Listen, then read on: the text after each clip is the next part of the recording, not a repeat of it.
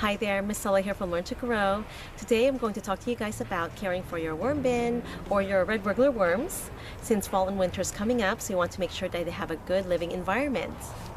Generally, the ideal temperature for your worm bin is 55 to 77 degrees Fahrenheit. I usually keep mine in the basement where it's constantly between 65 to about 70 degrees throughout the year. Of course, you don't want it to get too cold or too hot. If temperatures hit above 84 degrees, this could be fatal to your worm population. Make sure that your worm bin is moist because the worms breathe through their skin. You don't want to let your worm bin dry out, especially during the summer months. I do have a worm bin outside, but it's always in the shade out of direct sunlight.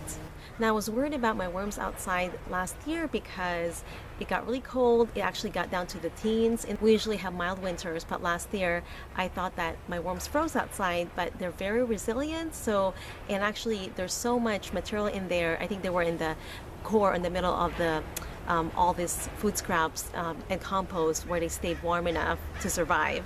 And I actually ended up with a lot more worms than I did last year. We had a lot of babies, a lot of worm cocoon or worm eggs that I'll be showing you in this worm bin. I usually feed our worms in the worm bins inside about once a week with finely chopped fruit or veggie scraps. You can even puree the fruits and veggie scraps, which makes it easier for decomposition. This will also make it easier for the microbes or bacteria to break down and the worms feed on the bacteria. These two are our indoor worm bins. The worms are doing really well. They are reproducing. I'm going to show you a closer look. I don't want to expose them to the light too much, but as you can see, there are a lot of baby worms in there. So it looks like they've reproduced, and there's a lot more than when I started this bin. It looks like they've doubled their population. We've got plenty of worm castings to be harvested, so I'm going to go ahead and do that today. Before I harvest the worm casting, I normally put food on the opposite side of the bin to encourage them to migrate to the other side. That way, that's where the food's going to be, and then I can go ahead and harvest this side here. Things look great. They are not too wet or sludgy.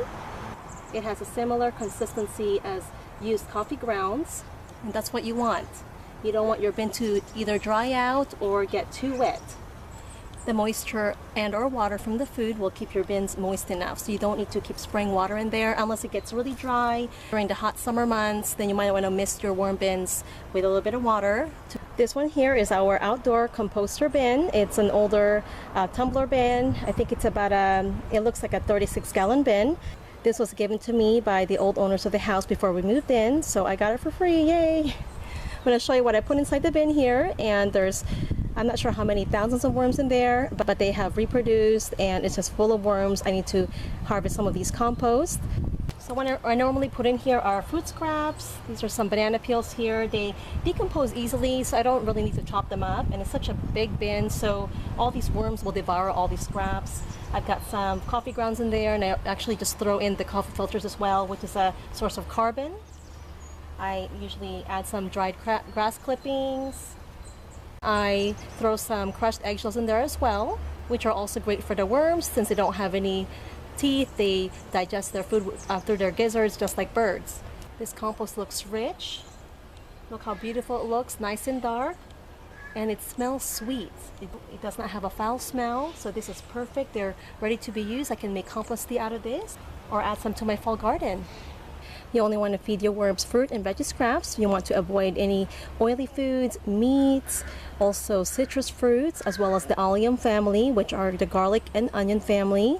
For some reason, the worms do not like the citrus or the high sulfur. Here are some worm egg cases or worm cocoons.